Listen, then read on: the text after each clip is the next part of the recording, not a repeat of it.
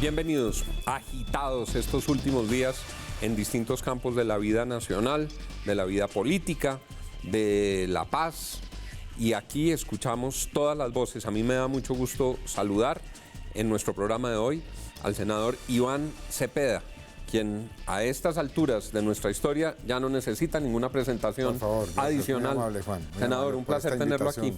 Me alegra mucho estar aquí. Gracias por acompañarnos. Vamos haciendo balance de temas calientes de los últimos días. Tema Santrich, lo vimos a usted muy pendiente del desarrollo del proceso, lo acompañó a la salida en el momento en que recuperó su libertad y ha estado usted levantando su voz precisamente para reivindicar esa libertad, senador. Sí, yo creo que es desde el comienzo de este caso en particular que junto a otras personas hemos hecho un acompañamiento por una razón fundamental. Jesús Santrich fue una persona que estuvo años en una mesa de conversaciones y que jugó un papel, como ha sido reconocido, central en la redacción del acuerdo de paz que se firmó en noviembre del año 2016. Yo tuve la oportunidad, en la condición de facilitador de esos diálogos, de asistir a muchos momentos cruciales en los cuales él jugó un papel destacado. Por supuesto, ahora hay una acusación que tiene que ser abocada ante un tribunal y tiene que haber un proceso, nadie lo niega, tiene que determinarse si hay una responsabilidad penal o no, pero ese caso tiene que estar rodeado de muchas garantías, porque no se trata de tomar una decisión sobre cualquier asunto. Aquí de lo que estamos hablando es en buena parte de la posibilidad de que el proceso de paz salga adelante ante una crisis que ha planteado el asunto de si pueden ser extraditados o no miembros de la guerrilla, y efectivamente eso está en el acuerdo. Pero en esta oportunidad esa discusión ha sido librada en condiciones supremamente apasionadas que no han permitido que ese proceso avance de una manera tranquila. A mí me llamó la atención que el presidente, que es el jefe de Estado, pues lance un juicio en medio de un acto público en el cual condena a una persona, e independientemente de cuál sea su valoración personal sobre ese ciudadano, porque hoy Santrich es un ciudadano más, no está bien que el presidente de la República y también la señora vicepresidente lancen esa clase de juicios, porque implica romper con normas del Estado de Derecho. Entonces, por esa razón, es importante que haya voces también que exigen que esas garantías pues prevalezcan. A mi modo de ver, la Corte está tomando unas decisiones, creo que esas son decisiones que hay que respetar. Me parece que hay en curso una serie de procesos y lo que yo tengo entendido es que nada en este momento está definitivamente sellado en ese proceso. Él en este momento debe posesionarse, él tiene una condición de aforado y bueno, creo que eso es lo que procede, pero también la Corte está adelantando su investigación. Si yo le pregunto a usted, al senador Iván Cepeda, ¿usted cree que eso fue un montaje? ¿Usted cree que eso fue, digamos, un ardid? ¿Usted cree en la inocencia de Jesús Santrich? ¿Cómo usted que lo conoce, usted que ha estado ahí cerca? Mi concepto sobre ese particular, sino más bien sobre el primer asunto. Es que hay, digamos, una situación que es muy grave, Juan, y es que el señor fiscal general en su momento, el doctor Néstor Humberto Martínez, reconoció públicamente que esos procedimientos no fueron legales. Es decir, que las personas que actuaron, muy probablemente agentes de la DEA, actuaron sin tener una autorización de los agentes judiciales colombianos que debían haber legalizado esa operación en su momento.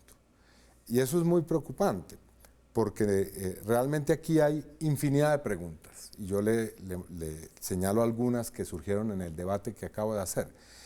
Hubo una primera operación en la que participaron unas personas, pero después, en diciembre, noviembre del año 2018, hasta marzo del año 2019, hubo otras operaciones, al parecer por las mismas personas que participaron en la primera operación que dio con la captura del señor Santrich. Bueno, la pregunta es, ¿por qué surgen estas segundas operaciones?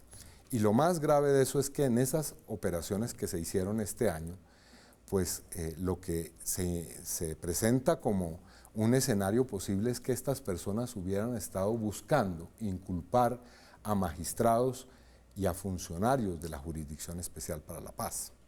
Y esa es una pregunta, o ese es un conjunto de preguntas que no ha sido resuelto, porque hay testimonios que indican que estos agentes encubiertos estaban preguntando por magistrados de la JEP que tuvieran relación con el caso Santrich para ofrecer unos sobornos.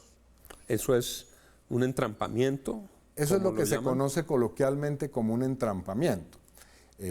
Pues a mí me ha tocado dedicarme un poco a estudiar este asunto y digamos que es normal dentro del derecho penal y dentro de la investigación que haya agentes encubiertos en operaciones determinadas para capturar delincuentes. Uno ve siempre en las películas este tipo de personas que les ponen micrófonos y que entran a ciertas situaciones y logran recaudar pruebas. Misión imposible. Sí, un poco en ese sentido todos conocemos esa figura. Pero eso es una cosa, y otra cosa es cuando esos agentes que se infiltran en determinados contextos cumplen el papel de lo que se llama un agente provocador. Es decir, aquí hay un límite entre conseguir pruebas y de alguna manera inducir al delito. Ese es el asunto que no está claro. Y es el problema, ese es un segundo problema, es decir, no solamente que esas operaciones no tenían autorización, sino que estos agentes pueden haber actuado como agentes que indujeron al delito. Lo cambio un poco de terreno, senador, para preguntarle por un movimiento y una dinámica a la que le hemos venido haciendo seguimiento, que se llama Defendamos la Paz. Hemos visto personas de distintos partidos, de distintos perfiles, con un activismo, digamos, en las redes, con esa consigna. ¿Qué es Defendamos la Paz? Bueno, es un encuentro de personas que tienen en común el hecho de que queremos que la paz se afiance. Y esto nos reúne en torno a 4 ejes fundamentales. ¿Cuántas personas son? Hoy, porque es un movimiento particular porque funciona a través de chats, de WhatsApp. O sea, es un movimiento de WhatsApp. Sí, digamos, no únicamente, hay gente que no está en los WhatsApp y pertenece, pero fundamentalmente la gran cantidad de personas y las decisiones esenciales se toman a través de WhatsApp. Y entonces allí hay hoy más de 1000 personas que tienen como denominador común que trabajan en distintas iniciativas de paz y las lideran. He visto nombres reconocidos, el exministro Cristo, ¿cómo no? El senador Barreras. ¿Cómo no? Hay muchos políticos Garzón, reconocidos en Defendamos Guillermo la Rivera. Paz. Sí, es una nómina grande de gente y de muy diversas colectividades políticas. Digamos que los únicos que no están hasta ahora en esa dinámica son los miembros de los partidos de gobierno, pero tenemos personas de los demás partidos políticos, hay personas que vienen del mundo de la academia, del mundo del arte, hay periodistas, hay escritores, hay también personas que trabajan en el mundo de los liderazgos sociales. ¿Y cuáles son los 4 pilares de Defendamos la Paz? Implementar el acuerdo de paz tal y como fue firmado. En segundo lugar, defender la Jurisdicción Especial para la Paz y el sistema dedicado a las víctimas y sus derechos en el acuerdo. En tercer lugar, acabar con el asesinato de los líderes, de las y los líderes sociales en Colombia. Y en cuarto lugar, abrir la posibilidad de una paz completa, es decir, que este proceso con el ELN, con otros factores de violencia que hay, también pueda encontrar una solución negociada y pacífica o dialogada o de sometimiento a la justicia si se trata de otras expresiones Nos de dice violencia. usted esto frente al ELN, lo vimos muy activo y lo hemos hablado en este mismo programa con las FARC, pero también cumplió usted una misión, digamos, frente al Clan del Golfo. Sí, señor. ¿En qué terminó eso, senador? Eso terminó en una historia triste y es que y ese es un asunto que no ha sido suficientemente subrayado. En las últimas semanas del gobierno del presidente Santos existía la posibilidad real de que se desmovilizaran cientos o tal vez 1000 o más de 1000 hombres del Clan del Golfo. Y faltó muy poco para que eso se pudiera realmente concretar. Y fue una operación en la que se capturó a la persona que estaba en ese momento fungiendo como el líder de esa desmovilización, que se frustró eso, y también porque los procedimientos que se adoptaron en la ley de sometimiento a la justicia, hay que decirlo, son bastante engorrosos. Entonces, eso no se pudo lograr, pero era una posibilidad real. Y ese es el propósito de la paz completa, que se avance, bueno, por supuesto, en caminos negociados. Aquí hay ahora unas prioridades, y en eso nosotros somos también, digamos, cuidadosos. El énfasis esencial es implementar el acuerdo de paz que ya está logrado.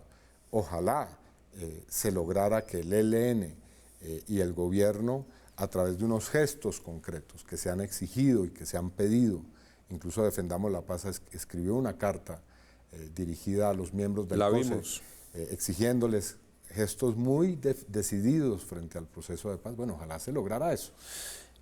Nos quedan unos últimos minutos aquí en Al Punto. El tiempo vuela, senador. Sí, eso veo. Le pregunto por un asunto de coyuntura. ¿Está haciendo campaña por candidatos a alcaldías, gobernaciones, consejo? Claro, por supuesto, como parte de una organización política estoy en eso, pero también de que haya coaliciones. Estamos trabajando para que muchas fuerzas que tenemos una sensibilidad política similar podamos llegar a acuerdos en distintos departamentos del país. Bogotá. Ese es uno de los casos, por supuesto, y aquí ya hay varias candidaturas perfiladas y hay un proceso de diálogo para encontrar un mecanismo que permita unificar esas candidaturas. ¿Está Claudia López en el radar? Ella es una de las candidatas, por supuesto. En mi partido está el candidato Celio Nieves, que estuvo aquí la semana pasada. Y hay otras personas más. Cali. También hay un proceso, está Jorge Iván Ospina y hay otros candidatos.